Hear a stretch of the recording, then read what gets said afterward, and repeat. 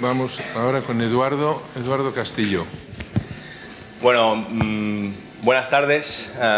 En primer lugar, antes de empezar, me gustaría agradecer al tribunal por permitirme presentar mi proyecto aquí, al público que ha venido a verlo y en especial a toda esa gente que de una manera u otra ha hecho que este proyecto acabe siendo lo que es.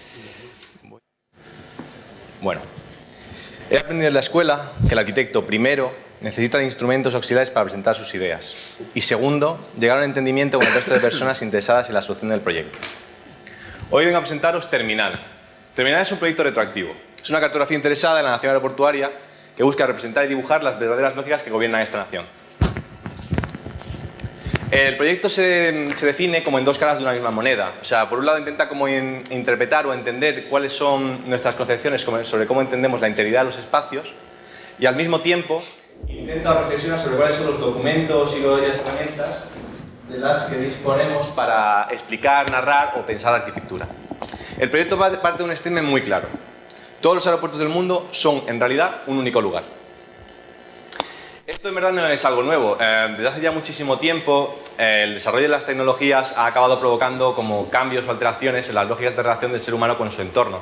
Y por ende, muchas veces, produce la aparición de nuevos territorios.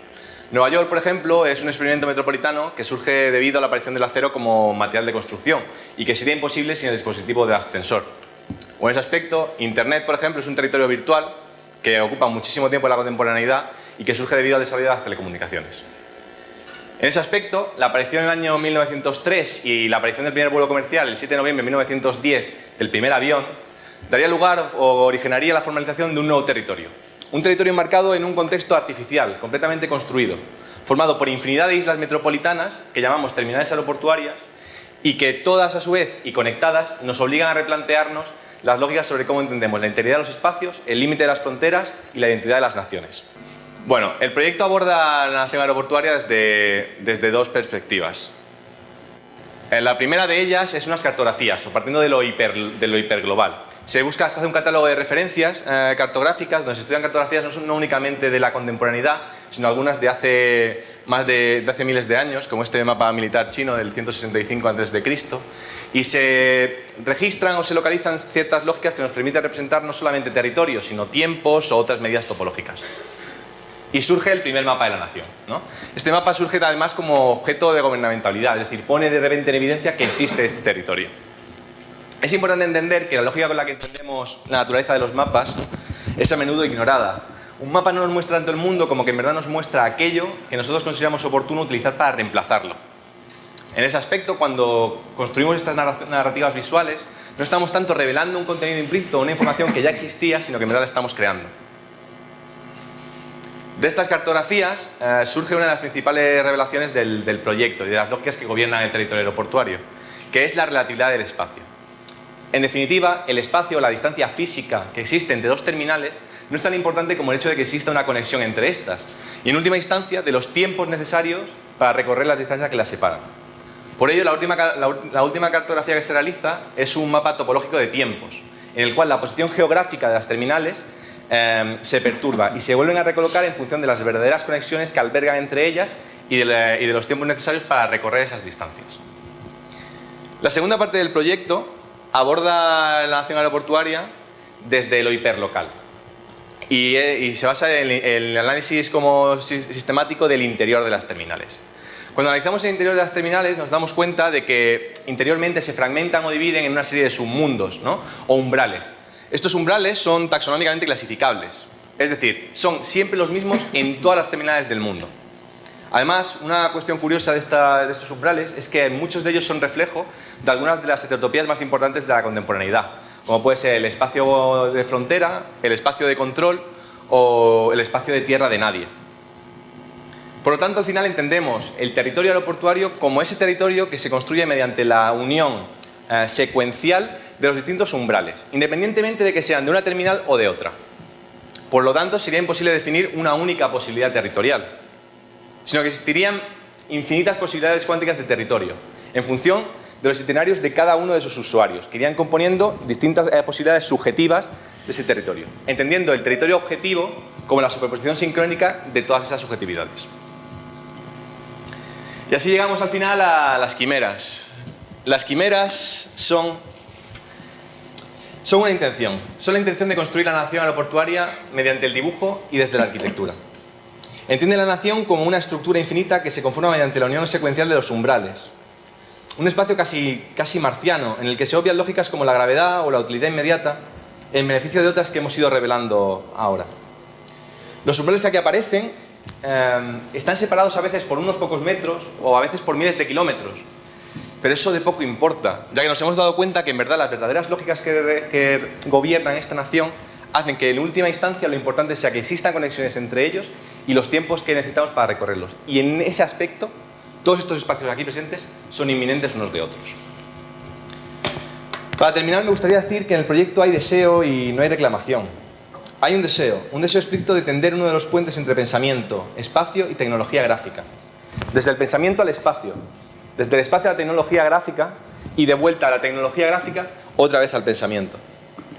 Un puente circular que tiene la humildad de ser fiel a sí mismo desde el principio del proyecto, al cruzar continuamente el límite entre el dibujo y la utilidad. Y no hay reclamación. No hay reclamación de ser un PFC ejemplar, ni de ser entendido como una reflexión arquitectónica sobre arquitectura, porque en el fondo es algo un poco menos pretencioso. Es una reflexión arquitectónica sobre el hecho de imaginar arquitectura. Y ahora voy a poneros el vídeo.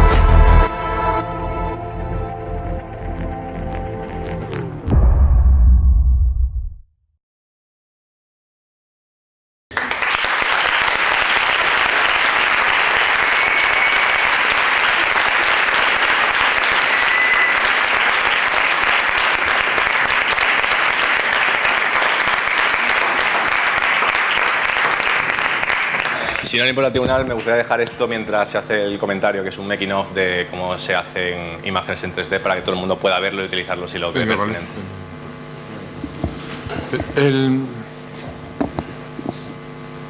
Dale.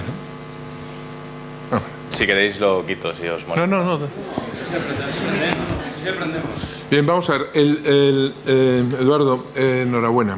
Está claro que es un trabajo brillante, como todos los que hemos visto y estamos viendo hoy, y este tiene una, yo diría, casi singularidad especial, ¿no? Por abandonar algunos de los territorios comunes de los fines de carrera y sin embargo incidir con intensidad en alguno de los que son más tradicionales en los fines de carrera. Hay que decir que esta escuela yo creo que es una de las escuelas que más tradición tiene de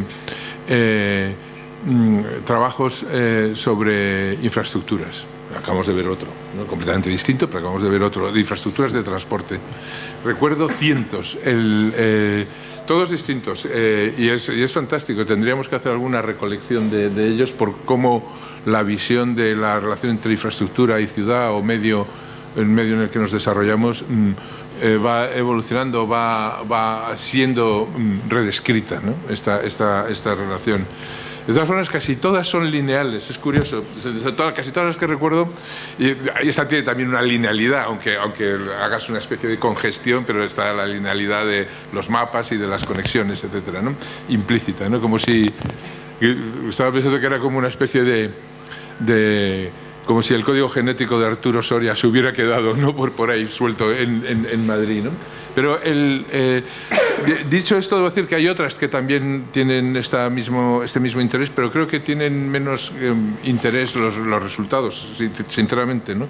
Y este es un caso bien claro de la posibilidad de especular con cosas que tienen una cierta consistencia temporal y sin embargo pueden mirarse con unos ojos y con unas técnicas de tecnología gráfica, como has dicho tú, distinta, que puede arrojar una cierta luz, ¿no? Yo creo que es una tesis sobre el dibujo y sobre el patrimonio heredado, por así decirlo. Es como toda la chatarra que hemos heredado, ¿no? Puesta junta y convertida en un espectáculo maravilloso. Toda la chatarra, diría, de una determinada época, es casi todo acero, es casi todo high-tech, es casi todo filigrana, por decirlo así, y toda la expresión gráfica se beneficia de ese carácter de filigrana, ¿no? que lo hace completamente intrincado, todos los dibujos.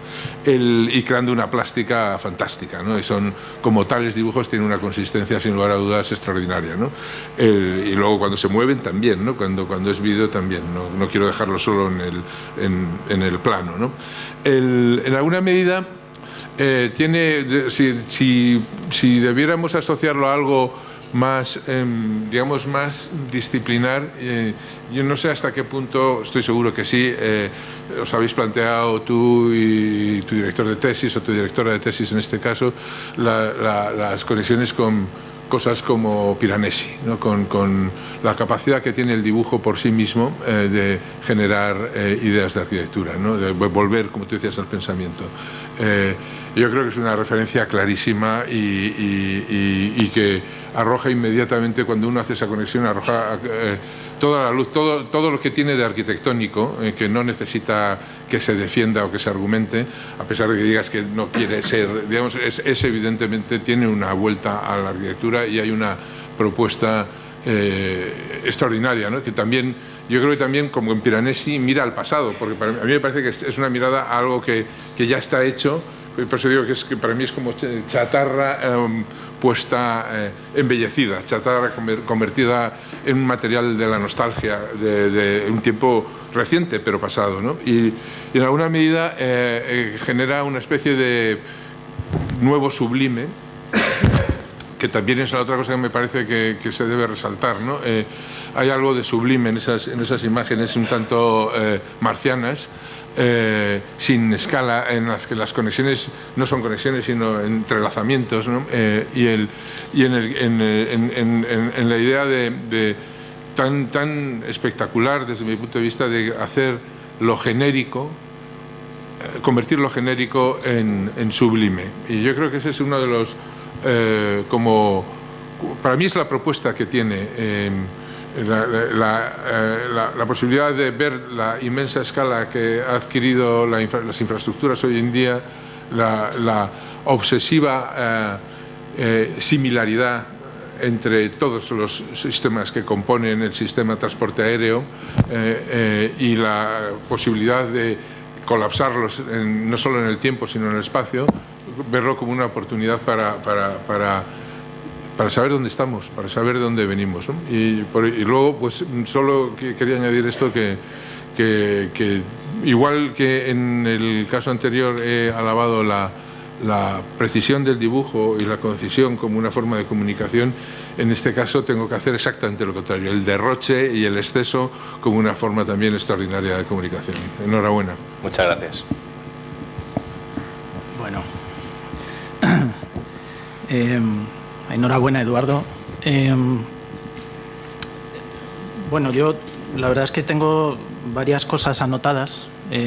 Yo creo que lo fundamental ya se te ha dicho. Y además lo más específico. Yo a lo mejor voy a decir cosas un poco menos específicas sobre tu propuesta, Bueno, evidentemente tú lo que presentas tiene una parte de investigación, o que quiere ser investigación, hecha a través del dibujo. Y claro, tenemos que estar muy atentos a reconocer el valor de la investigación hecha desde los que sois alumnos de la escuela. Porque sabéis que bueno, la UPM no es solo un centro docente, sino que es un centro de investigación, y docencia e investigación no se deben dividir, ni se debe atribuir que una pertenece a los profesores y otra a los alumnos, y nos partimos el pastel. Entonces los profesores investigan, generan conocimiento, y ese conocimiento se transmite a unos alumnos que están ávidos por recibir aquella revelación. Esto no es así para nada. Y además, todos los profesores que yo he conocido en la escuela saben que no es así. Todos. Lo que pasa es que unos lo disimulan más que otros, ¿no? Pero todos lo sabemos. En ese sentido, yo creo que hemos querido reconocer que hay una parte de investigación que tiene un valor dentro del fin de carrera y que es una posibilidad, ¿no? Dentro de esa investigación, a mí hay cosas que me suenan un poco manidas, quizá, ¿no? Esta cosa del espacio, de lo genérico referido al aeropuerto, ¿no? Pues a lo mejor ya se ha investigado muchas veces, se ha dicho muchas veces. Me dan ganas de que alguien verdaderamente irreverente estudie lo específico y lo local en los aeropuertos, ¿no? Alguien que vaya verdaderamente a la contra, ¿no? Porque realmente, si se trata de un espacio genérico, nos vamos a los centros de las ciudades y quizás sean más genéricos que todos estos artefactos que se colocan en las periferias, ¿eh? O sea que con eso, vamos, que hay que tener cuidado con los tópicos, ¿no? Un poco de... Bueno, yo luego me parece muy interesante la condición esta del dibujo como herramienta de investigación y de la estereoscopía, que además la utilizas, casi me recuerda a las primeras estereoscopías estas del primer tercio del siglo XIX. Te mencionaba yo el libro este de Jonathan Crary, y realmente es así, claro, las primeras surgen, por un lado, para temas de erotismo y pornografía, y por otro lado, para demostrar la enorme riqueza del interior burgués del primer tercio del siglo XIX, que es una acumulación de objetos absolutamente fragmentarios en ese montaje de telones, ¿verdad?, que enfatiza esa fragmentación, y en el que además el paralaje de la estereoscopía contribuye a las distorsiones, ¿no? Es muy interesante el libro de Crary, que habla de la puesta en crisis del espacio perspectivo antes de los impresionistas, ¿no? A través de toda esta serie de dispositivos. También me parece que es un tema que, siendo de principios del siglo XIX, es vigente, ¿no? Creo que vamos, a mí eso me ha interesado mucho. Y bueno, como reflexión final estaría el tema de las quimeras, ¿no?, que es donde tú te quieres lanzar al proyecto. Y se supone que el proyecto fin de carrera es un proyecto. Ahí yo, claro, ahí ya, bueno, yo digo, ¿esto es un proyecto de arquitectura o no? ¿Tendría que haber hecho este alumno un proyecto de arquitectura? ¿Qué es esto? Por otro lado, reconocía este tema de las infraestructuras como un tópico. Me ha llamado mucho la atención, por cierto, que en los 33 ejercicios que hemos corregido, lo doméstico está desaparecido. Yo por lo menos no lo he visto en ningún sitio, lo doméstico.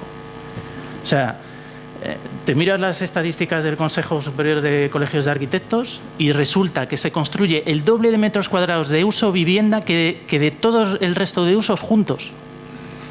Y en el fin de carrera de la escuela no aparece lo doméstico, ¿no?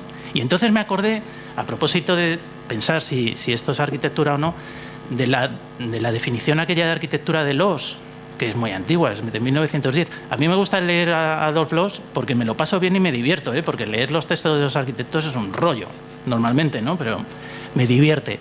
Y no sé si recordaréis, ¿no?, que habla de esto de que la casa tiene que gustar a todo el mundo y la obra de arte no tiene que gustar a nadie, que la casa nos da confort y la obra de arte nos saca del confort, ¿no? No sé si recordáis esta definición tan interesante, ¿no? Y acaba diciendo que la arquitectura admite ser obra de arte solo en muy pocas ocasiones, ¿no?, que son los monumentos fúnebres y conmemorativos. Luego, con el cachondeo de que el artículo de Loos acaba diciendo que arquitectura es cuando tú vas por un bosque y encuentras un montículo de 3 pies de ancho por 6 pies de largo, en forma piramidal, y entonces piensas, aquí hay alguien enterrado. Y dice, eso es arquitectura, el monumento fúnebre, ¿no? Claro, con esto lo que te quiero decir es que a mí me ha parecido, vamos, era una reflexión así un poco al margen, pero creo que tu apuesta es porque tu proyecto sea una obra de arte. En ese sentido no nos tiene que gustar, ¿no? Y yo creo que habría que evaluarlo como obra de arte que es. O sea que eso también puede ser un elogio o una crítica, ¿no? Enhorabuena. Muchas gracias.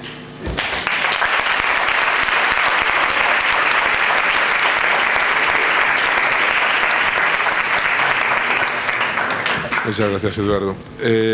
Ahora vamos con Jorge García Vázquez. Jorge García Vázquez.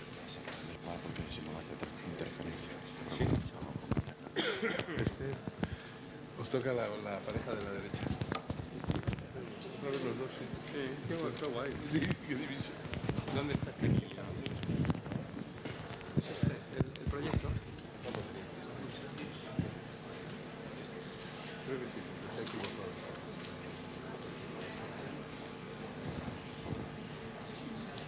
No se puede decir que no es arquitectura.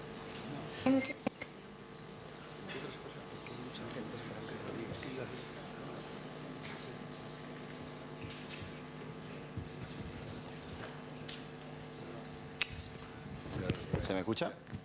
Sí.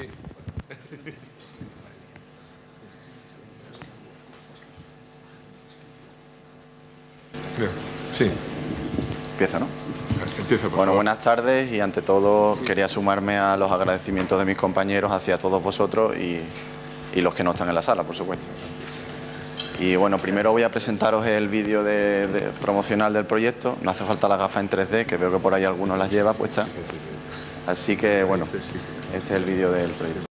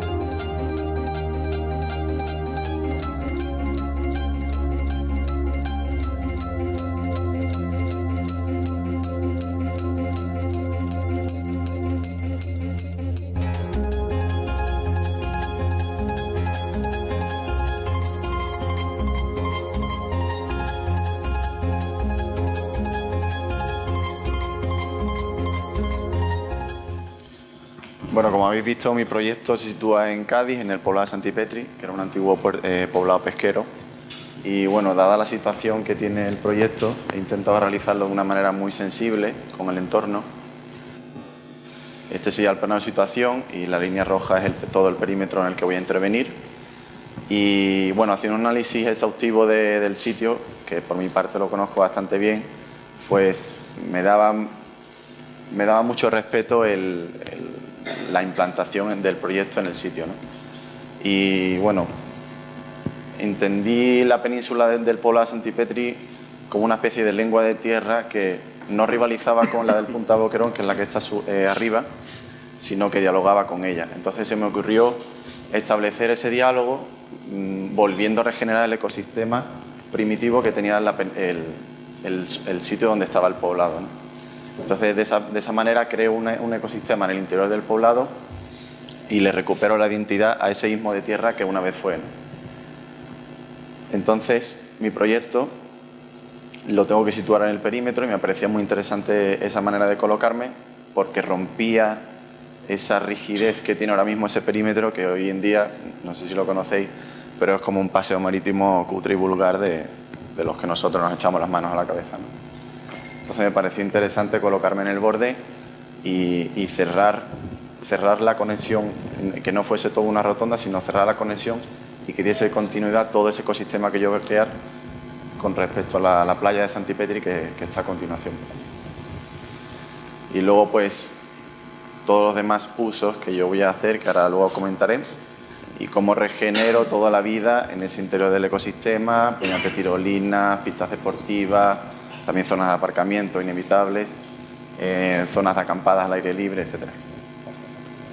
Entonces, entendiendo al programa que iba a realizar, yo primero quería, ahora mismo el poblado, solamente hay un uso deportivo náutico y unos cuantos restaurantes de los pescadores que están allí y bueno, que no tiene mucha clientela, no está explotado eso. Entonces, el principal uso que yo voy a intervenir son las instalaciones náuticas, porque considero que están muy mal organizadas y necesitan un reordenamiento. Y voy a suplementar este uso con campamentos de jóvenes y residencias de mayores, que me va a permitir que el pueblo se active durante los 365 días del año y no solamente en las temporadas de vacaciones, ¿no? Luego, por supuesto, algunas zonas comunes que aglutinarán todas las anteriores, ¿no? Y bueno, quería resolver el proyecto de la manera más sencilla posible, entonces busqué una forma que es esa, que se asemeja a las atarazanas antiguas del siglo XVII y XVIII, las atarazanas navales donde se almacenaban los barcos y donde se reparaban, incluso se descargaban. Y entonces quise resolver con esta misma forma geométrica la estructura de todos ellos usos, ¿no? Entonces encontré esta forma que me valía para todas ellas. Y bueno, son básicamente dos sistemas estructurales. Los tres primeros corresponden a una cubierta por encima y una cercha de madera con cableado traccionado por debajo de la cubierta. Y en el uso de zonas comunes, como necesito mayor espacio, mayor vibración para todas las actividades que voy a desarrollar, la cercha se coloca por arriba de la cubierta. Eso ya más adelante lo veremos en la construcción. Entonces elaboré este catálogo de estructura de todas las diferentes costillas o cerchas que va a tener todo mi programa. Elaboré este catálogo, me va a servir para todos los usos que yo voy a realizar. Y a partir de ese momento pues empecé a elaborar qué piezas bien medidas voy a necesitar para cada uso. Entonces desarrollo crujías de 6 metros y 3 metros de ancho. Las de 6 metros son las principales y las de 3 también tienen su función propia, pero muchas de ellas complementan, ¿no? Son las piezas de servicio de las especies mayores. Las piezas siempre tienen entre 6 metros y 12 metros de longitud y como veis en los dibujos alberga todo tipo de embarcación, ¿no? Tanto los grandes como los más pequeños. Siempre abierto a las piezas por los testeros. El campamento de jóvenes volvemos con la misma geometría, con el mismo catálogo y realizo una programación de qué usos necesito para realmente complementar todo el campamento, ¿no? Tenemos allí los pabellones de literas para que los chavales puedan dormir, etc. Y bueno, hay alguna estructura del poblado que ya más adelante comentaré que la regenero. La residencia de mayores es básicamente la estructura simplemente es de cubierta porque me pareció muy interesante recuperar las pocas naves existentes allí en el pueblo, que son muros de ladrillo ya muy consolidados, pero que están prácticamente en destrucción, con lo cual en este uso solamente planteo una cubierta y la geometría de las antiguas viviendas de los pescadores me daba pie a hacer viviendas individualizadas para los ancianos que vayan a estar allí durante los 365 días. Y luego las zonas comunes con la estructura a la inversa, las cerchas por arriba, y por supuesto tiene un poco de todo, desde embarcadero, chiringuito, incluso un auditorio de música que se puede transformar en cualquier otra sala, una pieza que va a funcionar un poco de balneario para que aglutine un poco y se ponga en común con el resto de usos, etc. Y aquí tengo un proceso de dibujo de cómo yo he llegado a la idea y la conclusión de todo mi gesto de proyecto, ¿no? Las que están en rojo son ahora mismo las piezas que existen, ¿no? Muchas de ellas son añadidos, con lo cual no nos podemos fiar realmente de cuáles son las originales y cuáles no. Y en la línea rosada que hay en el centro vemos cómo quedan los cimientos de las antiguas naves que una vez se destruyó por especulación, porque iban a cumplir los 100 años de antigüedad y estaba patrimonio a punto de protegerlos, y entonces por especulación urbanística del ayuntamiento metieron las excavadoras y arrasaron todo eso. Entonces me pareció muy interesante cómo poder regenerar todo ese interior y qué piezas conservar o eliminar. Estas son las piezas que elimino, que prácticamente son añadidos, y las dos naves del norte que están en muy mal estado y están muy retocadas. Y entonces se me ocurrió la idea, como he dicho antes, del ecosistema, ¿no? Cómo iba yo a implantar todo ese ecosistema, y se me ocurrió la duna que continuase toda la playa y que me cubra a modo de ruina todo ese centro del pueblo que ya no puedo recuperar porque reconstruirlo sería absurdo porque no queda más que los cimientos. Entonces me pareció muy poética la idea de enterrar una ruina, ¿no? Mediante una duna, que es lo que tenemos allí en Santipetri. Y bueno, todo el proceso de avance de la duna con una dragadora que va sacando arena del fondo, que esa arena, desgraciadamente, se lleva a las ciudades como Cádiz, Málaga, Almería, que son zonas que han construido paseos marítimos muy cercanos al mar, y la playa, como los conocéis, son muy estrechas y no tienen capacidad de regenerarse, con lo cual sacan la arena de Santipetri y desgraciadamente se la llevan hasta allí, y no me parece justo con el entorno hacerlo. Entonces planteo sacar la arena del fondo y colocarla donde una vez estaba, ¿no? Estas son las piezas en la tierra que yo voy a implantar, son agrupaciones de las piezas de todos los catálogos que hemos visto anterior, y van dialogando con las piezas existentes que yo dejo, ¿no? Vamos viendo mientras cómo avanza la duna, ¿no? Este gesto quería indicar cómo yo quería proyectar hacia el mar, a modo de brazos, y que rompiesen esa rigidez del perímetro, las antiguas calles que tenía el pueblo, ¿no? Entonces quería pues que me incitase a comunicarme directamente de la duna al mar constantemente, ¿no? Una vez que tengo ese gesto realizado, rehago el nuevo perímetro que yo voy a utilizar. Como implanto todos los sistemas de pilotis marinos prefabricados que yo necesito para las plataformas que están en el agua, que son los usos prácticamente las zonas comunes, que me parecían las más interesantes por la afluencia de personas, todos los usos que se pueden realizar ahí a pie de mar, ¿no? Estas serían todas las plataformas flotantes, y estas las piezas que o están asomadas al mar o están flotando. Estas son todas las piezas del conjunto que yo hago, para que veáis la diferencia entre las existentes y las que yo incluyo. Y luego las piezas que están flotando necesito atirantarlas porque al estar flotando en el sitio no hay oleaje fuerte, pero sí hay corriente y mucho viento, con lo cual necesitaba atirantar toda esa estructura superior, que más adelante se verá también en la construcción, pero bueno, era un gesto importante que tenía que tener en cuenta en todo el proceso de la idea. Luego bolsas de aparcamiento, a modo de contención un poco de la duna, aprovechando esos espacios que la duna no me iba a cubrir, aprovechaba e incluía todos los espacios de aparcamiento y aprovechaba la vegetación que también me contenía toda esa duna para también ocultar los aparcamientos, que era la zona más artificial que tiene mi proyecto, pero que me parecía muy interesante ocultarlos, ¿no?, de esa manera. Este sería el catálogo de secciones de todas las agrupaciones que tengo en el proyecto. Y como he dicho antes, los usos, todas las agrupaciones de piezas comparten uso, es decir, no hay segregación de uso. No hay, en una esquina del poblado no hay un tipo de uso y en otro, sino cada agrupación tiene algo de cada uso. Entonces, bueno, este sería un ejemplo tipo de una sección en la tierra, esta sería en el mar, con la estructura a la inversa, y luego aquí dos secciones mixtas de cómo llegaría ese contacto entre la tierra y el mar. Luego las láminas constructivas, desarrollé un sistema constructivo muy sencillo con una estructura de madera de pino, con unos nudos metálicos de acero cortados a láser, con lo cual era una manera muy sencilla de construir que me pareció muy interesante y muy reconocida por todos, ¿no? Esta sería la pieza tipo correspondiente al uso de instalaciones náuticas. La pieza tipo correspondiente al campamento de jóvenes. Se ven ya las literas cómo se implantan dentro de la pieza.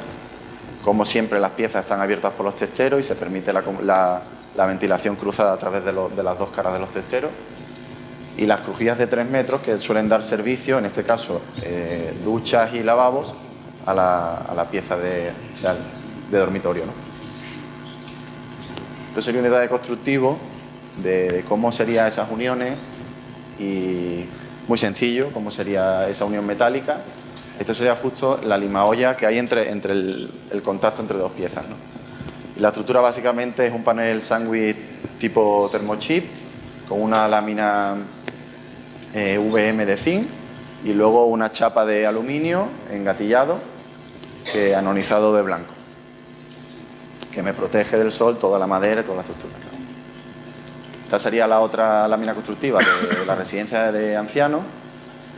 Vemos que están los muros persistentes y yo solamente coloco la cubierta. Otro detalle constructivo ahora de la cumbrera, con el mismo sistema estructural. Y esto de las zonas comunes, que es la estructura a la inversa.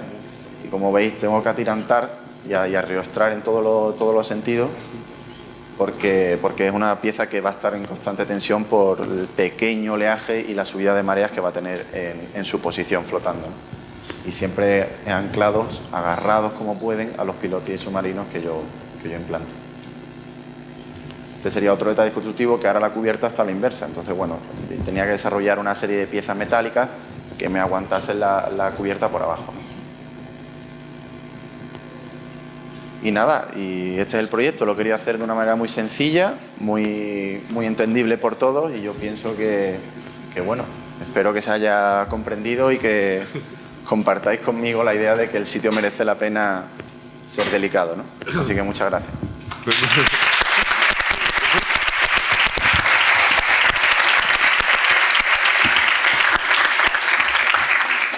Bueno, Jorge, enhorabuena. Lo que vamos viendo, nos ha gustado la selección que hemos ido haciendo, que van la selección, digamos, para verlos hoy, que pues se podría haber acotado más y se podría haber puesto a lo mejor menos proyectos, sabiendo que en realidad matrículas de honor creo que solamente caben 2, ¿no? Me parece, por cuestiones de porcentaje.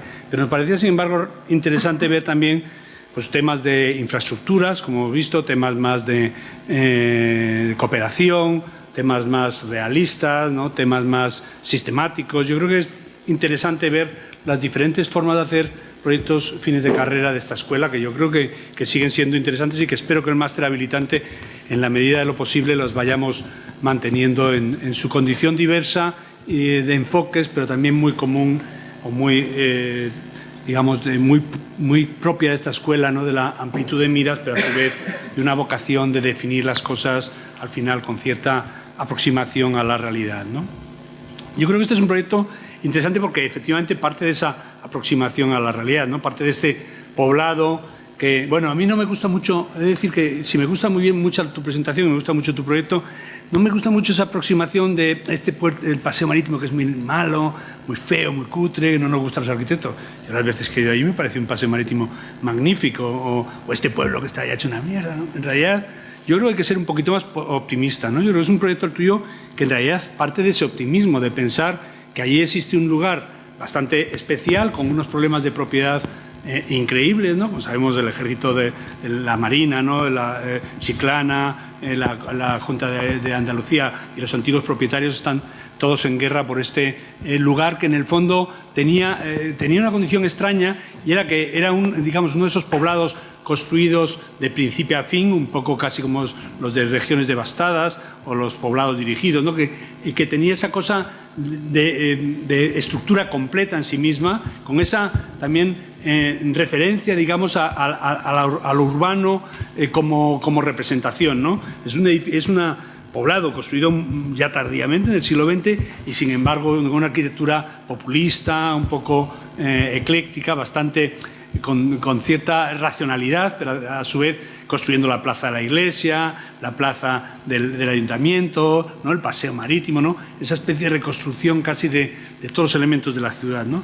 Yo creo que es una pena que haya desaparecido, y cualquier intento sobre una reflexión sobre este lugar yo creo que es interesante, ¿no? Desgraciadamente cerramos los ojos y nos imaginamos lo que va a pasar y será algo tremendamente o sea, por lo menos inquietante, ¿no? Porque no creo que los resultados lleguen a muy buen término, porque las presiones urbanísticas son y digamos del turismo son grandísimas, ¿no? A mí me gusta de este proyecto tuyo, que tiene en cierto sentido el respeto de decir, bueno, aquí hay unas falsas ruinas, unos restos arqueológicos demolidos por el Ayuntamiento de Chiclana, ¿no? Que en realidad ya no se sabe qué hacer con ellos, ¿no? Podría uno caer en la tentación de reconstruirlo, podría uno caer en la tentación de hacer referencia muy literal a esa construcción, incluso macizarlo, ¿no? Pero hay esa, digamos, sensibilidad en el proyecto de decir, bueno, por una parte vamos a construir unas construcciones más o menos efímeras o temporales, con cierto grado de temporalidad o de ligereza, por lo menos, y de reversibilidad, ¿no? En el perímetro, y sin embargo en el interior hacer esa reconstrucción de las dunas, que son unas dunas, no las explicaba, son unas dunas pequeñas que se hacen con estacas y con reforestación de las plantaciones dunares, de las dunas que se hacen allí, que permiten una reconstrucción bastante natural y fácil, siempre y cuando lo protejamos del viento, como hacen tus construcciones, ¿no? Yo creo que a mí me parece que es muy bonito todo el sistema constructivo, ¿no?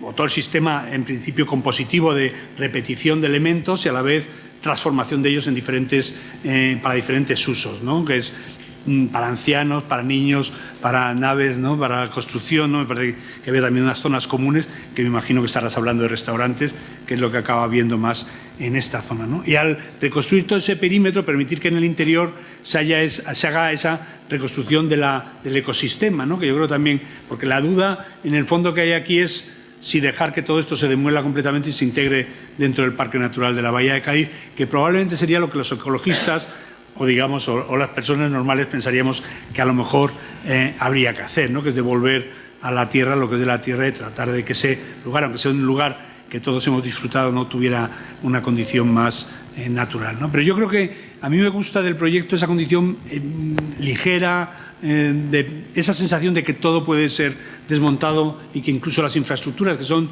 muy elementales para su construcción, ¿no? Pues están ahí también trazadas de una forma muy elemental en el perímetro, que es ahora actualmente prácticamente lo único que queda, ¿no? Yo creo que nada, darte la enhorabuena, decirte que bueno, que es un proyecto que sería interesante que lo pelearas para convencer a las autoridades de que en vez de construir ahí una macrooperación turística, pues se hiciera una operación con más sensibilidad, que además, hablando de los campamentos, ahí había hubo temporalmente un campamento para minusválidos, para gente discapacitada, que realmente era bastante interesante, porque la vela parece ser que es un elemento integrador y que les ayudaba muy bien a participar, y que ha estado muchos años funcionando en este lugar, aunque las tiendas de campaña las tenían lejos, pero hacían todas las prácticas de vela en este lugar, ¿no? Yo creo que has hecho esta incorporación de programa que le llamamos nosotros impunidad programática, ¿no? Ancianos, niños, te ha faltado ya casi discapacitados, ¿no? Para que tuvieras toda la impunidad que permiten los programas estos sociales que tanto os gustan. Bueno,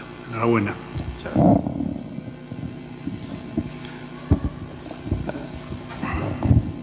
Sí, enhorabuena también, claro. Que a mí me guste este proyecto realmente no importa nada. Si me disgusta tampoco importaría demasiado, ¿no? Porque yo creo que nuestro gusto particular en estos actos y en los análisis de la arquitectura deben importar poco.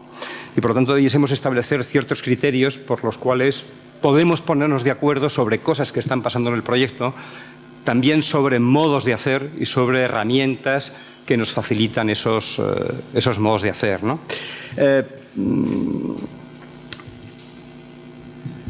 Yo creo que el proyecto y fundamentalmente la presentación va de abajo arriba. Si me lo permites y no pienses que soy muy mal educado, lo soy genéricamente, pero no lo quiero ser en este momento, ¿no? El vídeo es muy malo. Parece más una cosa promocional de perfumes que de algo que realmente quiere mostrar arquitectura y explicarnos el proyecto. Yo creo que ponías tú un ejemplo, ¿no? Pero curiosamente, desde ese cimiento el proyecto va hacia arriba, ¿no? Y yo creo que describe lo que tú quieres contar con solvencia. El proyecto yo creo que se implanta bien, con ciertos matices que ahora comento. Se construye ¿verdad? De una manera bastante precisa y bastante higiénica. Tú lo has contado y lo has descrito bien. ¿Qué puedo yo matizar de ese proyecto? Primero, claro, es un sistema que carece de sorpresas, ¿no? Lo has contado como extremadamente, ¿no? de una forma muy lineal, muy encadenada, ¿no? Hago esto, después hago lo otro, construyo, tal, y eso está bien, ¿no? El proyecto yo creo que en ese sentido se desarrolla muy linealmente, pero quizás también carece un poco de ambición, ¿no? Parece que al no aparecer errores, esos errores no se pueden aprovechar, ¿no? Y yo creo que una de las maneras que tienen los proyectos de crecer es precisamente entender que el error es una oportunidad siempre de proyecto, de mejorar y de transformar. Y yo creo que en vuestros procesos deberíais permitir las quiebras, deberíais permitir los errores, no ser tan estrictamente lineales. Son proyectos seguros, efectivamente, da un proyecto estupendo, ¿no? Pero bueno, me permito decir que quizás habría proyectos menos estupendos, pero más interesantes. Dos, claro, parece que el proyecto quiere ser un catálogo de diversidades, ¿no? Y esas diversidades se enlazan con los distintos usos, ¿no? Y parece que un barco tiene una determinada medida y se le fabrica un galpón, ¿verdad?, como si fuera un guante, ¿no? Y frente a la política del guante, a lo mejor podríamos hablar de la política de la manopla, ¿no? Que es decir, lo genérico y lo específico. Como esto es un sitio también de militares, ¿no? Siempre cuento esta cosa, ¿no? En Cartagena, en el año 41, muy poquito después de la Guerra Civil, construían unos refugios para submarinos modelos alemanes, porque efectivamente era lo que se llevaba, ¿no? Pero claro, como los alemanes pierden la guerra y los americanos tienen unos submarinos más grandes, tienen que abandonar aquellos refugios, aquellos túneles de 150 metros, porque no pueden meter los submarinos. Ahí están los túneles, que son estupendos, pero que almacenan viejos ordenadores IBM, ¿no? Claro, yo me pregunto si realmente entiendo esa condición, ¿verdad?, específica y diversa, tratando el tamaño de las piezas, tratando los perfiles, pero me parece un recurso quizás demasiado repetitivo, demasiado obvio, que quizás también permitiría ser, yo creo que ser repensado. Yo estoy de acuerdo en esa reflexión que tú haces, Emilio, que quizás si fuésemos estrictamente ecologistas diríamos, bueno, vamos a devolver a la naturaleza aquello que le perteneció. Pero me parece que estamos justo en una época en la cual debiésemos matizar eso, ¿no? Y debiésemos propugnar esa condición de mestizaje. Y es verdad que los arquitectos no hemos ido por ese camino, ¿no? Porque hemos masacrado a la naturaleza. Todo lo que se ha puesto por delante nuestra no lo hemos cepillado. Claro, ahora pagamos las consecuencias, ¿no? Pero quizás lo más hermoso de esta época es que cabemos todos. Y que cabe la naturaleza con la arquitectura bien puesta. Y que no es necesario la arquitectura sola ni la naturaleza sola. Que podemos convivir en algún sentido. Y buen ejemplo de esa convivencia es la cantidad de proyectos distintos que tenemos hoy sobre las pantallas y sobre las mesas. Y yo creo que eso es extremadamente hermoso. Gracias. Muchas gracias.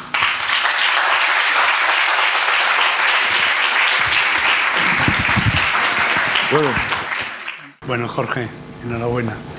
Creo que vamos viendo. Nos ha gustado la selección que hemos ido haciendo, que van la selección, digamos, para verlos hoy, que pues se podría haber acotado más y se podría haber puesto a lo mejor menos proyectos, sabiendo que en realidad matrículas de honor creo que solamente caben 2, ¿no? Me parece, por cuestiones de porcentaje. Pero me parecía, sin embargo, interesante ver también pues, temas de infraestructuras, como hemos visto, temas más de cooperación, temas más realistas, ¿no? Temas más sistemáticos. Yo creo que es interesante ver las diferentes formas de hacer proyectos fines de carrera de esta escuela, que yo creo que siguen siendo interesantes y que espero que el máster habilitante, en la medida de lo posible, los vayamos manteniendo en su condición diversa de enfoques, pero también muy común o muy, digamos, muy propia de esta escuela, ¿no? De la amplitud de miras, pero a su vez de una vocación de definir las cosas al final con cierta aproximación a la realidad, ¿no? Yo creo que este es un proyecto interesante porque efectivamente parte de esa aproximación a la realidad, ¿no? Parte de este poblado que, bueno, a mí no me gusta mucho, he de decir que si me gusta muy bien mucho tu presentación, me gusta mucho tu proyecto, no me gusta mucho esa aproximación de el paseo marítimo, que es muy malo, muy feo, muy cutre, no nos gustan los arquitectos. Yo las veces que he ido allí me parece un paseo marítimo magnífico, o este pueblo que está ya hecho una mierda, ¿no? En realidad, yo creo que hay que ser un poquito más optimista, ¿no? Yo creo que es un proyecto el tuyo que en realidad parte de ese optimismo, de pensar que allí existe un lugar bastante especial, con unos problemas de propiedad increíbles, ¿no? Como sabemos, del ejército, de la Marina, ¿no? La Chiclana, la Junta de Andalucía y los antiguos propietarios están todos en guerra por este lugar que en el fondo tenía una condición extraña, y era que era digamos, uno de esos poblados construidos de principio a fin, un poco casi como los de regiones devastadas o los poblados dirigidos, ¿no? que tenía esa cosa de estructura completa en sí misma, con esa también referencia, digamos, a lo urbano como representación, ¿no? Es un poblado construido ya tardíamente en el siglo XX y, sin embargo, con una arquitectura populista, un poco ecléctica, bastante con cierta racionalidad, pero a su vez construyendo la plaza de la iglesia, la plaza del ayuntamiento, ¿no? El paseo marítimo, ¿no? Esa especie de reconstrucción casi de todos los elementos de la ciudad, ¿no?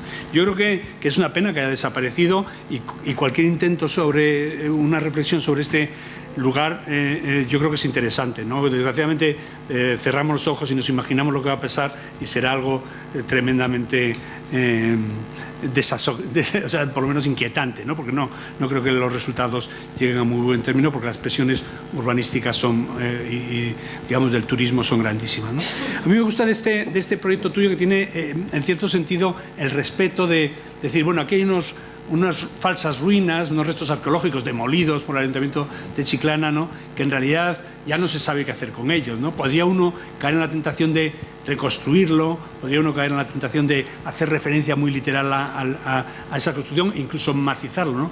Pero hay esa, digamos, sensibilidad en el proyecto de decir, bueno, por una parte vamos a construir unas construcciones más o menos efímeras o temporales, con cierto grado de temporalidad o de ligereza, por lo menos, y de reversibilidad, ¿no?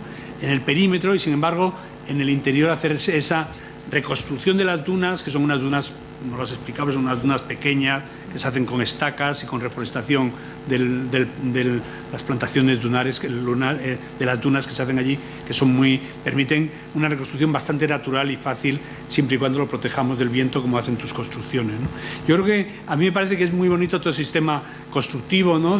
O todo el sistema, en principio, compositivo, de repetición de elementos y a la vez transformación de ellos en para diferentes usos, ¿no? Que es para ancianos, para niños, para naves, ¿no? Para construcción, ¿no? Me parece que había también unas zonas comunes, que me imagino que estarás hablando de restaurantes, que es lo que acaba viendo más en esta zona, ¿no? Y al reconstruir todo ese perímetro, permitir que en el interior se haga esa reconstrucción del ecosistema, ¿no? Que yo creo también, porque la duda en el fondo que hay aquí es si dejar que todo esto se demuela completamente y se integre dentro del Parque Natural de la Bahía de Cádiz, que probablemente sería lo que los ecologistas o las personas normales pensaríamos que a lo mejor habría que hacer, ¿no? Que es devolver a la tierra lo que es de la tierra y tratar de que ese lugar, aunque sea un lugar que todos hemos disfrutado, no tuviera una condición más natural, ¿no? Pero yo creo que a mí me gusta del proyecto esa condición ligera, de esa sensación de que todo puede ser desmontado y que incluso las infraestructuras, que son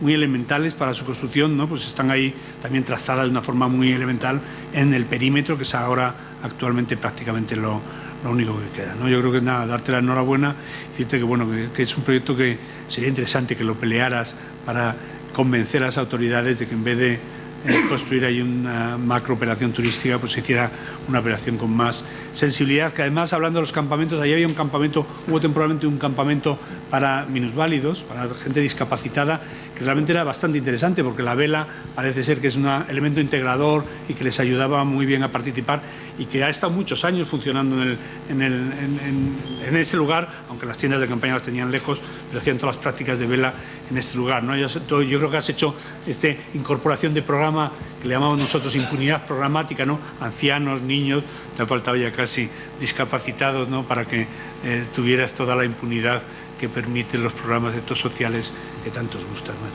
enhorabuena.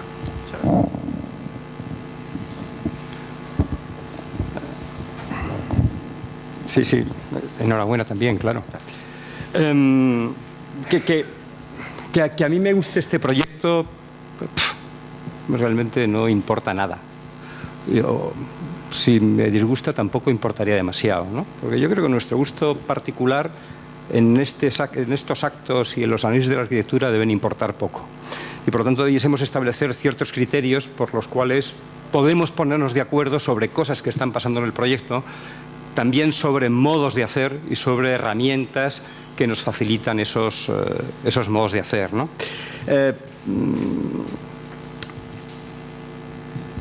Yo creo que el proyecto y fundamentalmente la presentación va de abajo arriba.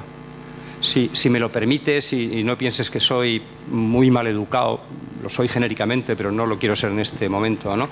El vídeo es muy malo. Parece más una cosa promocional de perfumes que de algo que realmente quiere mostrar arquitectura y explicarnos el proyecto. Yo creo que ponías tú un ejemplo, ¿no? Pero curiosamente, desde ese cimiento el proyecto va hacia arriba, ¿no? Y yo creo que describe lo que tú quieres contar con solvencia. El proyecto yo creo que se implanta bien, con ciertos matices que ahora comento. Se construye ¿verdad? De una manera bastante precisa y bastante higiénica. Tú lo has contado y lo has descrito bien. ¿Qué puedo yo matizar de ese proyecto? Primero, claro, es un sistema que carece de sorpresas, ¿no? Es decir, lo has contado como extremadamente, ¿no? De una forma muy lineal, muy encadenada, ¿no? Hago esto, después hago lo otro, construyo, tal, y eso está bien, ¿no? El proyecto yo creo que en ese sentido se desarrolla muy linealmente, pero quizás también carece un poco de ambición, ¿no? Parece que al no aparecer errores, esos errores no se pueden aprovechar, ¿no? Y yo creo que una de las maneras que tienen los proyectos de crecer es precisamente entender que el error es una oportunidad siempre de proyecto, de mejorar y de transformar. Y yo creo que en vuestros procesos deberíais permitir las quiebras, deberíais permitir los errores, no ser tan estrictamente lineales. Son proyectos seguros, efectivamente, da un proyecto estupendo, ¿no? Pero bueno, me permito decir que quizás habría proyectos menos estupendos, pero más interesantes. Dos, claro, parece que el proyecto quiere ser un catálogo de diversidades, ¿no? Y esas diversidades se enlazan con los distintos usos, ¿no? Y parece que un barco tiene una determinada medida y se le fabrica un galpón, ¿verdad?, como si fuera un guante, ¿no? Y frente a la política del guante, a lo mejor podríamos hablar de la política de la manopla, ¿no? Que es decir, lo genérico y lo específico. Como esto es un sitio también de militares, ¿no? Siempre cuento esta cosa, ¿no? En Cartagena, en el año 41, muy poquito después de la Guerra Civil, construían unos refugios para submarinos modelos alemanes, porque efectivamente era lo que se llevaba, ¿no? Pero claro, como los alemanes pierden la guerra y los americanos tienen unos submarinos más grandes, tienen que abandonar aquellos refugios, aquellos túneles de 150 metros, porque no pueden meter los submarinos. Ahí están los túneles, que son estupendos, pero que almacenan viejos ordenadores IBM, ¿no? Claro, yo me pregunto si realmente entiendo esa condición, ¿verdad?, específica y diversa, tratando el tamaño de las piezas, tratando los perfiles, pero me parece un recurso quizás demasiado repetitivo, demasiado obvio, que quizás también permitiría ser, yo creo que ser repensado.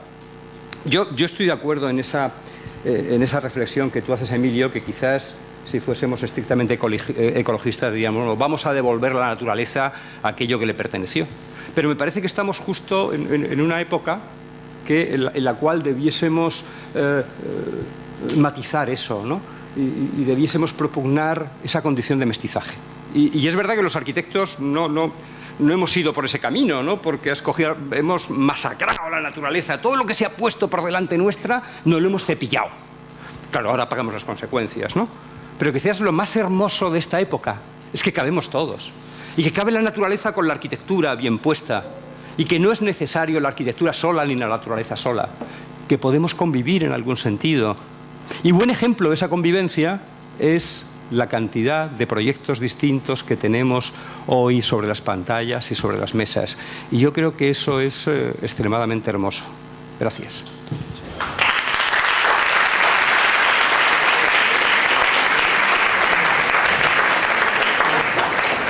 Llegamos ya a la... Gracias, Jorge. Llegamos ya a la última presentación de Vicente Rodrigo.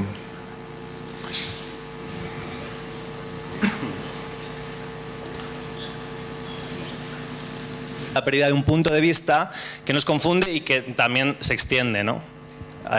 Como se extiende en este proyecto.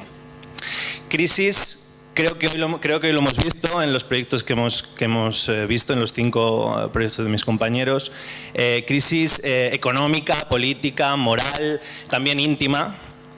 Y yo, si echo la vista atrás, cuando me estaba preparando esta presentación, es como la última presentación como alumno, ¿no?, de esta escuela, y si echo la vista atrás, yo llevo 9 años ya en esta escuela con sus altibajos, sus salidas y entradas. Creo que la palabra crisis ha sido la palabra que lo ha impregnado todo durante los 9 años. Creo que he coincidido con la época de la palabra crisis, si no explícita, aunque se ha hecho explícita muchas veces, siempre latente, ¿no? Siempre me ha acompañado, igual que a otras generaciones les ha podido acompañar, pues no sé, la palabra funcionalismo, organicismo o el problema del cambio climático, etcétera. Qué sé yo, creo que coincidiremos todos en que el leitmotiv de todos los proyectos que se han visto hoy es un posicionamiento frente a la crisis, ¿no? Y eso es lo que los hace interesantes. Y esa responsabilidad, yo creo, su aceptación, ¿no?, la aceptación de esa responsabilidad, es lo que hace que reconozca este proyecto como un proyecto de la escuela, realmente de la escuela, ¿no? A pesar de sus particularidades o de sus... creo que, bueno, hablabais de la variedad de proyectos, creo que esto forma parte de... Y sin embargo, creo que también forma parte de un proyecto común, que es esa manera como de enfrentarnos a la crisis. Y repito, si hago un énfasis en el término de crisis, es porque en realidad este es un proyecto, bueno, ya lo conocéis, es un proyecto sobre términos, ¿no? Es un proyecto que se refiere a una serie de 7 términos, ¿no? Por otro lado, la mayor parte de las respuestas al asunto de la crisis en general, o a los asuntos de crisis, son en la escuela de 2 tipos, ¿no? Por un lado hay una respuesta de tipo axiológico, de tipo moral, digamos, ¿no?, que trabaja sobre asuntos, bueno, sobre respuestas al estado de la sociedad. Y por otra parte hay otro tipo de proyectos que resuelven la crisis a través de lo formal, de lo material, ¿no?, de lo geométrico, ¿no? Y yo creo que las dos respuestas son necesarias y marcan la entrada, ¿no?, en la edad adulta de nuestra generación, ¿no?, como arquitectos después de este tiempo de aprendizaje. Y sin embargo, yo creo que este proyecto, que yo suelo decir, o ya empiezo a decir, que no es el proyecto de un tipo brillante, sino el proyecto de un tipo curioso, creo que queda claro, ¿no? Trata de dar una respuesta que no es ninguna de esas dos, ni la axiológica, ni la formal o la geométrica, pero que creo que a pesar de que se pueda considerar como de segundo nivel o se pueda creer que o pueda ser sospechosa de charlatanería, creo que también es muy importante, que es un boceto para una respuesta filosófica a la crisis, ¿no? Para una reflexión sobre los términos y sobre... Es un impulso, claro, que sacrifica, soy consciente, o que, como dijo un miembro ayer del tribunal, aplaza de alguna manera el momento de enfrentarse, ¿no? al asunto central de la arquitectura, al asunto que quizás se entiende que hoy debería estar aquí defendiendo, ¿no? Pero también reconozco que ha sido un impulso irrefrenable, ¿no? Todo el tiempo. Y que responde a una evidencia que no es caprichosa, no aparece ahora ni aparece como con un afán de llamar la atención, sino que me ha ido acompañando a lo largo de toda la carrera, ¿no? Y es que, bueno, eso, aparte de una axiología y de una materialidad para esta generación, creo que hace falta una filosofía y una reflexión sobre los términos, ¿no? en nuestro tiempo. El proyecto se presenta como una serie de 7 libros, como 7 variaciones o reflexiones sobre un entorno, sino en torno o hacia incluso, ¿no? Un término. Cada uno de los libros reflexiona en torno a un término que no aparece al principio del libro, sino al final. Porque en realidad estos términos traducen a mi lenguaje o al lenguaje con el que he producido el proyecto 7 términos equivalentes, que son los términos de origen, que son la medida, el hogar, el movimiento, la materialidad, la tectónica, la geometría y la luz. Asuntos que, por supuesto, o cuya problemática, por supuesto, no empieza ni termina en el presente, ¿no? Eso es lo que vengo también un poco, ¿no? a defender hoy aquí, sino que se extienden desde los tiempos en los que el ser humano empezó a pensar, ¿no? hasta la posibilidad o el horizonte de la historia en el futuro, que es donde al fin y al cabo debemos localizar, yo creo que el esfuerzo, ¿no? de verdad de esta labor, ¿no? o de nuestra labor. Estas ideas, claro, se mueven, oscilan, ¿no? a lo largo de la historia del pensamiento humano, y yo he tratado como de reproducir de una manera humilde o mínima estos procesos que las llevan de un sitio a otro, que las hacen deambular, que hacen que funcionen, como diría el historiador Avi Warburg, como mareas, ¿no? a cuya fuerza solo cabe o abandonarse o enfrentarse, a pesar de que sabemos que ese enfrentamiento es un enfrentamiento suicida, ¿no? un enfrentamiento donde no podemos ganar. Es un combate perdido de antemano porque la naturaleza en esos términos es indomable. Hablábamos también un poco de la naturaleza. Y sin embargo es a domarla a lo que nos dedicamos, ¿no? y es a domarla a lo que nos enseñan en la escuela. Y además domar la naturaleza es un trabajo o una labor del mismo nivel que domar la ley, la voluntad o la geometría, la forma, ¿no? Todos esos esfuerzos pasan finalmente, yo creo, por domar el lenguaje. O tiene que haber un momento en que una generación, en que un grupo o un arquitecto, ¿no? si hablamos en términos un poco íntimos, domine el lenguaje o se atreva a domesticar el lenguaje, ¿no? a enfrentarse de alguna manera al lenguaje. El lenguaje, me refiero al lenguaje escrito, pero no únicamente el lenguaje escrito, sino también el lenguaje de las imágenes, el lenguaje de los planos, ¿no? La información que yo creo que es al final lo que compone el proyecto y es la medida en realidad del proyecto, ¿no? Esa acumulación casi excesiva o casi imparable, ¿no? de información que remite a un lugar. Mi hipótesis es la siguiente, es sencilla. Sobre un lugar imaginario, ¿no? un microcosmos que está producido antes del proyecto y que recuerda muchas cosas al mundo, pero que no es el mundo y que también es extraño, ajeno, inútil, se ha producido una cantidad ingente de información de todo tipo, planos, reflexiones, historias, anécdotas, leyendas, y los que se cruzan y rebotan los unos en los otros y que conforman este extraño laberinto, ¿no? Laberinto, digo, fósil, espacio, ambiente, ¿no? nave espacial a veces también, que imaginamos que hoy ha desaparecido, ¿no? Y recomponerlo en términos espaciales, pero también históricos o incluso míticos a veces, es una labor que yo creo que sería la labor como de este proyecto, y yo creo que voy terminando, no es la labor del arquitecto, pero sí que es una labor que solamente puede hacer un arquitecto, ¿no? Bueno, y en la puesta al límite, ¿no? de estos mecanismos es donde está el origen, ¿no? del proyecto. Hace poco recuerdo que el director Jean-Luc Godard, que es el que más me ha marcado, ¿no?, en mi vida, aprovecho para citarle, y dijo una frase muy bonita, o que a mí me pareció muy bonita, dijo: los que no tienen imaginación se refugian en la realidad. Yo no creo que haya que estar en ningún extremo, y por supuesto no me aplico ni pretendo aplicarme a esta frase realmente, ¿no? Pero me interesa un tema que inaugura, ¿no?, que es una posible redención de lo real a través del esfuerzo y del deseo y de la imaginación, ¿no?, de un esfuerzo y un deseo que debe ceder a lo común, pero que además no debe coartarnos. Y termino diciendo que me gusta mucho que se presente, o que por suerte me haya tocado presentar este proyecto, el último, ¿no?, porque me puede servir como para afianzar este mensaje de optimismo, ¿no?, que creo que además se me ve, ¿no? Sí. Y que es lo que vengo proponiendo, ¿no? Yo no sé el resto de mis compañeros, pero yo me voy de la escuela mucho más contento de lo que entré. Y muchísimas gracias por esta oportunidad otra vez, por la oportunidad de defenderlo, incluso aunque no parezca el proyecto más fácil. Al fin y al cabo, terminaba, creo que parece que las cosas no están tan mal como alguien me dijo el primer día de la escuela, ¿no?, que me lo dijo como con una rotundidad necesaria para aprender, pero que también creo que tenemos que superar si hoy estamos aquí defendiendo estas ideas tan distintas, ¿no? Muchas gracias.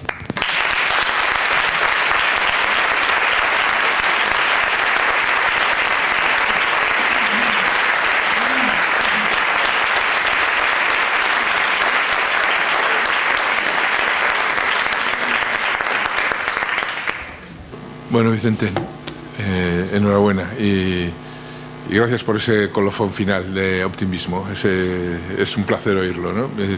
No es tan fácil salir con buen humor y con optimismo de esta escuela que tortura tanto al personal, pero yo creo que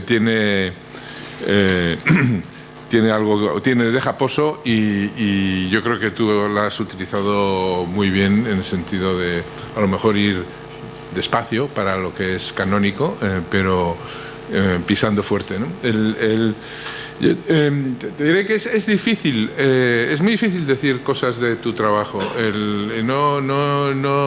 No se presta, déjame decirte, tiene una parte de la que me siento muy simpatético y una parte que me resulta antipática.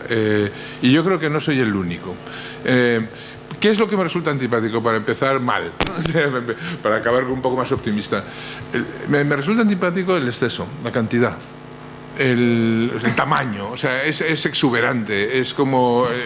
lo puedo entender, pero tiene un punto narcisista que a lo Trump, ¿no? Pero entiéndelo en el sentido más positivo, ¿eh? No estás aquí para ser criticado ni a hablar mal, sino para hablar a un colega que ahora se abre la puerta y eres tan arquitecto como todos los que estamos aquí. O sea que debo ser honesto y claro contigo en eso, ¿no? Porque en alguna medida hemos visto en esa variedad de la que hablamos, y ya hemos hablado varias veces, hemos visto algunos que son muy sintéticos y en los que la precisión es el arma persuasiva. Es un problema retórico. El que insiste, el que lo hace todo grande, etcétera, instintivamente te provoca una sospecha, ¿no?, de si no está inflando el globo, ¿no?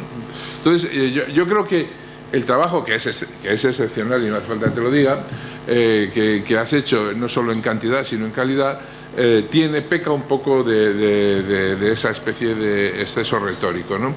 Y que lastra la eficacia persuasiva. Esto es ya los griegos sabían de la técnica retórica, o sea, no es nada nuevo lo que te digo, y además tú eres un buen aficionado a la filosofía y sabrás entender bien lo que digo y por qué lo digo.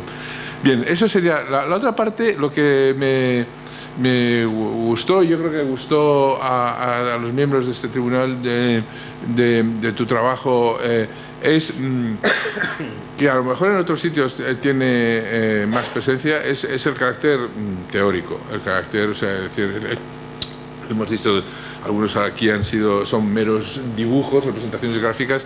El tuyo, que tiene un componente gráfico incuestionable, tiene principalmente un texto, y una taxonomía y una organización en libros. Y en libros, por ejemplo, en libros, ¿por qué 7? todos los tratados de arquitectura tienen 4, pero tú tienes que tener 7. Bueno, en fin, bien, eso. O sea, sí, a este tipo de contención me refiero, ¿no? Pero bueno, volviendo al tema, el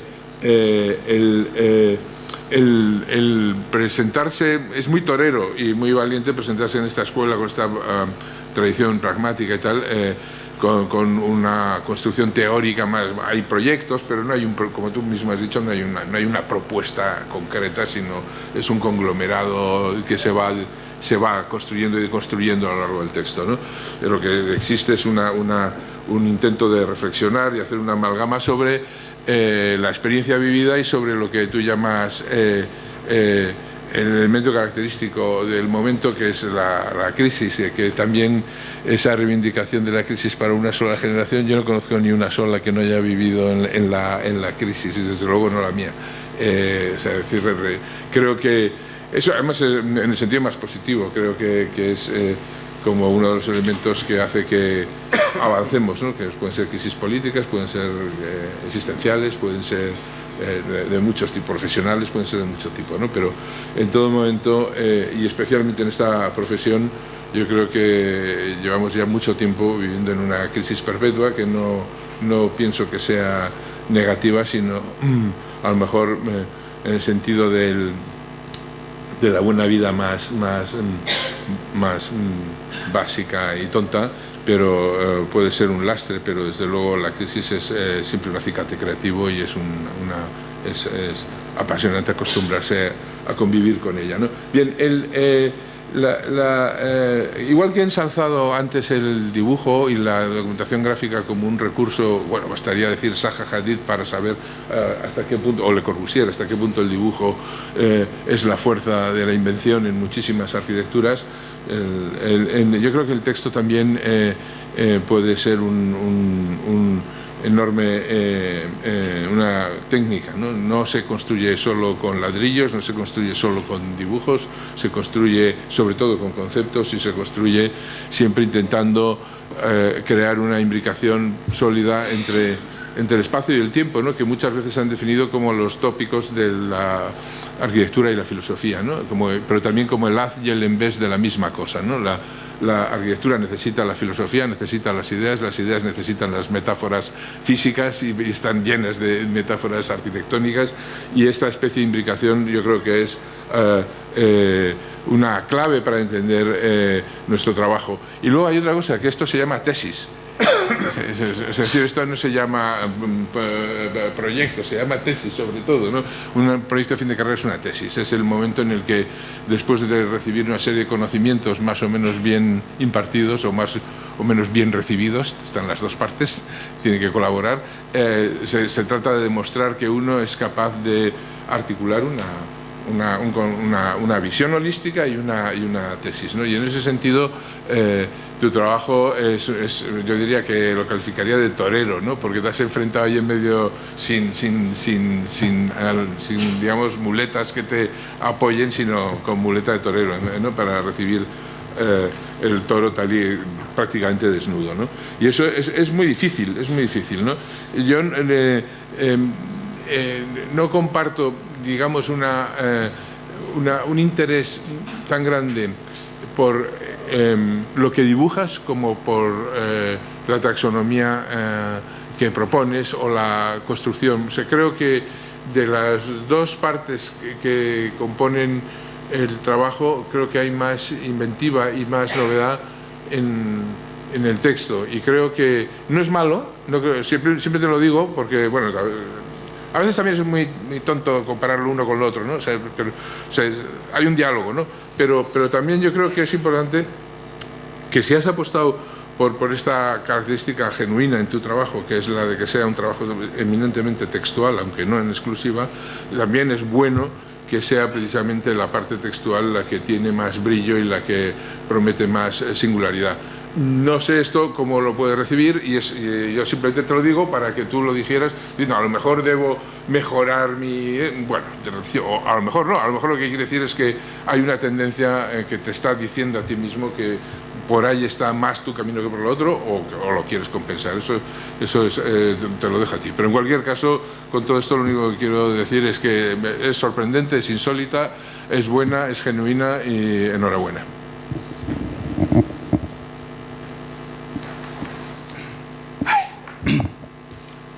Vicente, gracias por venir, porque nos temíamos que no vinieses. Sí, nos temíamos que, como no te importa la nota, realmente te importa solo tu trabajo, bueno, pues, ¿no? Y como no parece que te hayamos conseguido domar en este último acto de rebeldía, podías haber dicho adiós, ¿no? Lo cual hubiese cerrado maravillosamente la complejidad del proyecto, ¿no? Quiero decir, me parece que no has sido valiente del todo, ¿no? Y, bueno, pues está bien, somos humanos, ¿no? ¿Te puedo llamar Monroy, que es tu nombre artístico? Bien.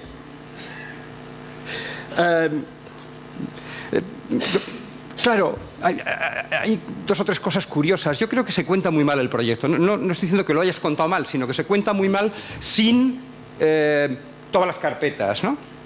Yo creo que las carpetas dan una idea no más precisa del relato que tú estás estableciendo. Claro, la carpeta también tiene esa cosa que nos preguntábamos, bueno, pero si quitamos dos, ¿qué pasa, no?